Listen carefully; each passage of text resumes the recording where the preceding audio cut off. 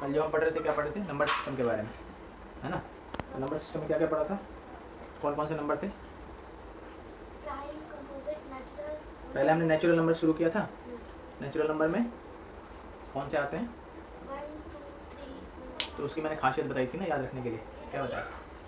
जिसमें जीरो ना हो, वो जीरो से स्टार्ट नहीं होता। पूरे पूरे होते हैं। हाँ पूरा। वो नेचर में हमें जैसा मिलता है, नेचर बताया था ना, नेचर यानी हमारे आसपास पूरा मिले, मतलब एक सेब मिलेगा, बताया था ना। पेड़ पे आधा सेब नहीं मिलता, एक पेड़ पूरा एक पेड़ मिलेगा, कैसे बोले आधा पेड़, भगवान ने आधा पेड़ बनाया, ऐसा नहीं। ये तो सारे के सारे क्या थे, नेचुरल नंबर। फिर इसमें अब जब जीरो जुड़ गया तो वो होल नंबर बन गया। तो इसी तरह से नंबर की सारी कैटेगरी थी। अब इन सब नंबर्स को हम लोग नंबर लाइन पर रिप्रेजेंट कर सकते हैं। नंबर लाइन पता है क्या होता है? संख्या रेखा। इधर देखो, बताओ, नंबर लाइन पता है क्या है? एक लाइन है, नंबर देने की। देखो हमारे पास हम जो सीखते हैं ना, तो एक जब भी कोई चीज़ देखोगे तो उसमें, तो इस एक्सिस को, इसको वाई एक्सिस बोलते हैं, इसको एक्स एक्सिस बोलते हैं। इसी तरह से यहाँ पे 0 0 होता है, यानी हम इसको ओरिजिन मान लेते हैं, ठीक है। और इसके इधर जाते हैं तो माइनस वाले नंबर शुरू हो जाते हैं, इसके इधर प्लस वाले, और दोनों को मिला के क्या बन जाता है? इंटीजर। इंटीजर्स, उसको इंटीजर्स बोलते हैं, जिसमें माइनस और प्लस दोनों आ जाते हैं। अब इनको तो हमें पता है कि हमें अगर रिप्रेजेंट करना हो तो हम कहाँ करेंगे, जैसे यहाँ पे 1 लिख दिया, यहाँ 2 लिख दिया, यहाँ 3 लिख दिया, ठीक है। एक हमने पढ़े थे ऐसे नंबर जैसे जो कि स्क्वायर रूट में होते हैं, जैसे स्क्वायर रूट 2। अब इसको हम इस पर कहाँ बनाएं, ये चीज़ हम सीखने जा रहे हैं, ठीक है ना। तो ये इसके लिए क्या करेंगे, सेम वही चीज़ है, एक्स एक्सिस और वाई एक्सिस बनाएंगे। अब इसमें समझने वाली बात ये है सबसे ज़रूरी कि देखो ये √2 कैसे आएगा।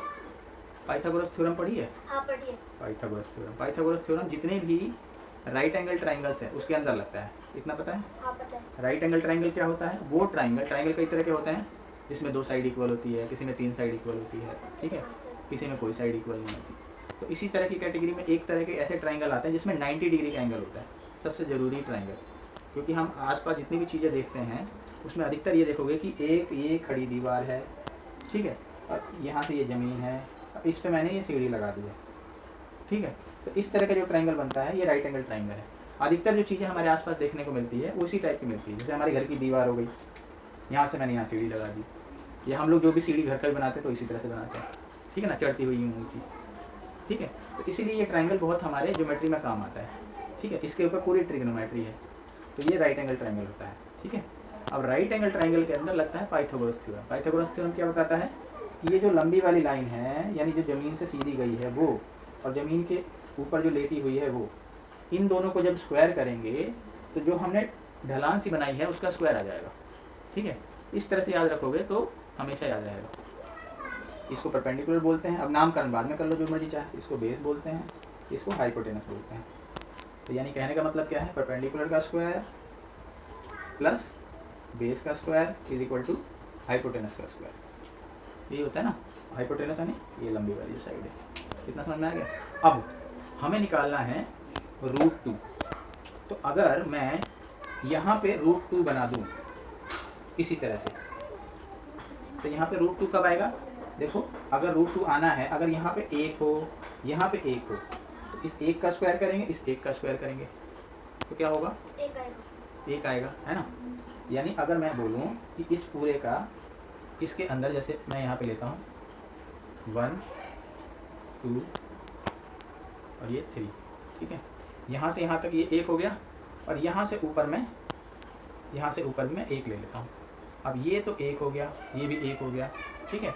इसको जब मैं मिलाऊंगा तो ये क्या आएगा, ये सबसे समझने वाली बात है कि अगर यहाँ से यहाँ तक, जैसे A हो गया मान लो, ये B हो गया और ये C हो गया, तो अगर यहाँ से यहाँ तक AB 1 है, BC भी 1 है, तो AC क्या होगा, पाइथागोरस थ्योरम लगाओ। अभी बताया था ना, इसका स्क्वायर प्लस इसका स्क्वायर इज इक्वल टू इसका स्क्वायर, यानी AB का स्क्वायर प्लस BC का square is equal to AC का स्क्वायर, यही होगा। AB क्या है हमारा, 1 है, 1 का स्क्वायर प्लस BC क्या है, ये भी 1 है, 1 का square is equal to AC का स्क्वायर, ये हमें निकालना है। 1 का स्क्वायर 1, 1 का स्क्वायर 1, 1 और 1 कितना हो गया, 2, तो ये हो गया 2 इज इक्वल टू AC का स्क्वायर। अब ये स्क्वायर है और यहाँ पे 2 है, तो AC लाने के लिए क्या करना पड़ेगा, खाली मुझे AC चाहिए ना, AC का स्क्वायर थोड़ा ना चाहिए, ये तो स्क्वायर सिर्फ को इस साइड ले आएंगे। स्क्वायर का उल्टा कर देंगे। तो स्क्वायर का उल्टा क्या होता है? जैसे प्लस का उल्टा माइनस, ठीक है, मल्टीप्लाई का उल्टा डिवाइड, तो स्क्वायर का उल्टा स्क्वायर रूट, ठीक है। तो AC इज इक्वल टू क्या हो जाएगा? स्क्वायर रूट ऑफ 2, यानी ये क्या आ जाएगा? AC square root of 2। समझ में आया? हाँ। कहने का मतलब क्या है कि मुझे ये वैल्यू √2 मिल गई। अब ये तो ऐसे खड़ी है और मुझे इसको नंबर लाइन पर दिखाना है। हमें तो इस लाइन पे बताना है ना कि भाई ये 2 कहाँ आएगा, ये तो यहाँ ऐसे आ रहा है सीधा खड़ा हुआ। तो हम क्या करेंगे, यहाँ से ऐसे कंपास रखेंगे, ठीक है, जैसे यहाँ से ऐसे करके कंपास रखा यहाँ पे, और इसको ऐसे खींच के ऐसे ले आएंगे। अब ये जो पॉइंट हमें मिलेगा इस लाइन पे, वही √2 होगा। समझ में आया?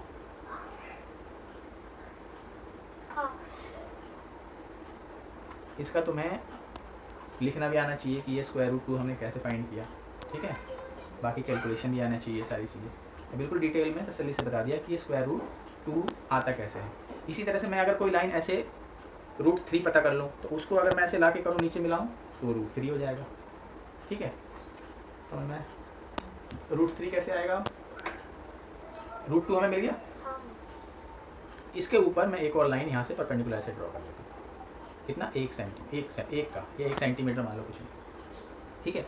अब ध्यान से देखो, ये तो √2 है, ये 1 है, फिर से वही पाइथागोरस थ्योरम, √2 का स्क्वायर प्लस 1 का स्क्वायर इज इक्वल टू कितना हो जाएगा? √2 का स्क्वायर और स्क्वायर रूट कैंसिल हो जाएगा, ये आ जाएगा 2 प्लस 1 का स्क्वायर 1, ठीक है। और ये इज इक्वल टू एक लाइन जो यहाँ से मिलाने वाली आएगी, ठीक है। तो ये 2 और 1 कितना हो जाएगा? मान लो इसका नाम मैं कुछ रख देता हूँ, ABC, ये D, AD रख देता हूँ। तो AD कितना हो जाएगा? ये 3, ठीक है। AD का स्क्वायर ये हो गया तुम्हारा 3, तो AD कितना हो जाएगा? √3। समझ में आया? तो ये हमारा आ गया √3। अब इसको अगर रिप्रेजेंट करना है मुझे नंबर लाइन पे, तो फिर से वही करूँगा, यहाँ कंपास रखूँगा ऐसे और इसको इस तरह से लेकर मिलाऊंगा। अब ये जो पॉइंट हमारा मिलेगा, ये मिलेगा हमारा √3। समझ में आ गया? ये तो सिखाया था तुमने 10वीं वाला ये, ठीक है। इसी तरह से हम √5 √7 में निकाल सकते हैं। बस हमें कॉम्बिनेशन वाले वो नंबर ढूंढने हैं जिनसे मिलके वो बनता है, ठीक है।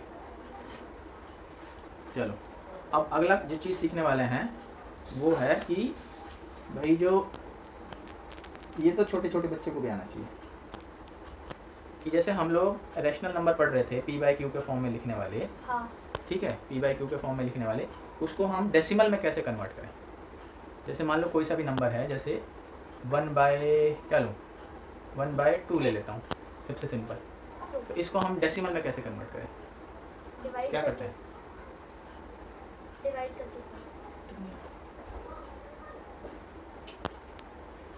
सब भूल गए।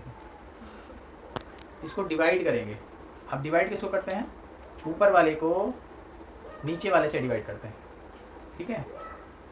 ये जो है, अगर ये P है और ये Q है, तो P को हम Q से डिवाइड करेंगे। हम ये नहीं देखेंगे कौन सा बड़ा है कौन सा छोटा है, ये नहीं सोचना कि हाँ 2 छोटा बड़ा है तो 1 से डिवाइड करो, नहीं, ठीक है।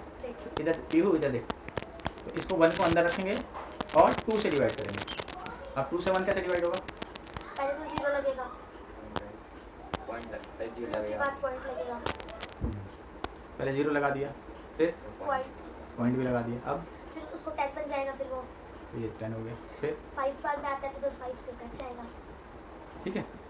ये सबसे सिंपल सवाल था डेसिमल कन्वर्ट करने। तो ये 1/2 का मतलब है 0.5, ठीक है। ये हो गया इसका डेसिमल कन्वर्जन, या डेसिमल में हम इसको कैसे कन्वर्ट करें, ठीक है। कोई और हम एक ले लेते हैं एग्जांपल। सर मैं बताऊंगी 1/7, 1/7, ठीक है। अब बताओ क्या करें? 1 को अंदर रखूँ, 7 को? हाँ, 1 अंदर रहेगा, 1 अंदर रहेगा, 7 बाहर। क्या करेंगे हम सबसे पहले? 0 लगाएंगे, 0 क्यों लगा रहे हैं पता है, या डेसिमल क्यों लगा रहे हैं? क्योंकि 0 लगाने से 1 के नीचे 0 हो जाएगा तो फिर ऊपर जाएगा बेटा। डेसिमल लगाने से 0 आता है, 0 की कोई वैल्यू नहीं। 0 जो हम डेसिमल से पहले लगाते हैं ना, वो सिर्फ इसलिए है कि ताकि डेसिमल में नजर आए। जैसे मैं खाली ऐसे डेसिमल भी तो लगा सकता हूँ, लेकिन जब तक इसके आसपास कुछ नंबर नहीं रहेगा ये तो मुझे नजर ही नहीं आएगा। इसीलिए डेसिमल से पहले की 0 को कोई मतलब है नहीं खास। एक्चुअल जो मतलब है, क्योंकि हमारी कहानी शुरू कब हो रही है, यहाँ 0 कब लग रहा है, ध्यान रखना, यहाँ 0 कब लग रहा है? पॉइंट से जब डेसिमल लगा रहे हैं ना तब जीरो लग रहा है, कि जीरो लगाने से जीरो नहीं लग रहा, ठीक है। तो जीरो हम सिर्फ इसलिए लगा रहे हैं ताकि भैया आगे जो हम नंबर लिखने वाले हैं वो नज़र आता है, ठीक है। इसके बाद डेसिमल लगाएंगे, हाँ। इस डेसिमल की वजह से यहाँ आ जाएगा जीरो। अब क्या करेंगे, कितनी बार जाएगा, सर एक बार में चलता है। एक बार, कितना बचेगा, 3। अब क्या करेंगे, दोबारा 0 लगाएंगे। अब जीरो इधर भी लगाएं, नहीं उधर नहीं लगाएंगे। अब इधर जीरो नहीं लगेगा, ठीक है ना। अब सीधा इधर लगेगा जीरो। इधर जीरो कब लगेगा,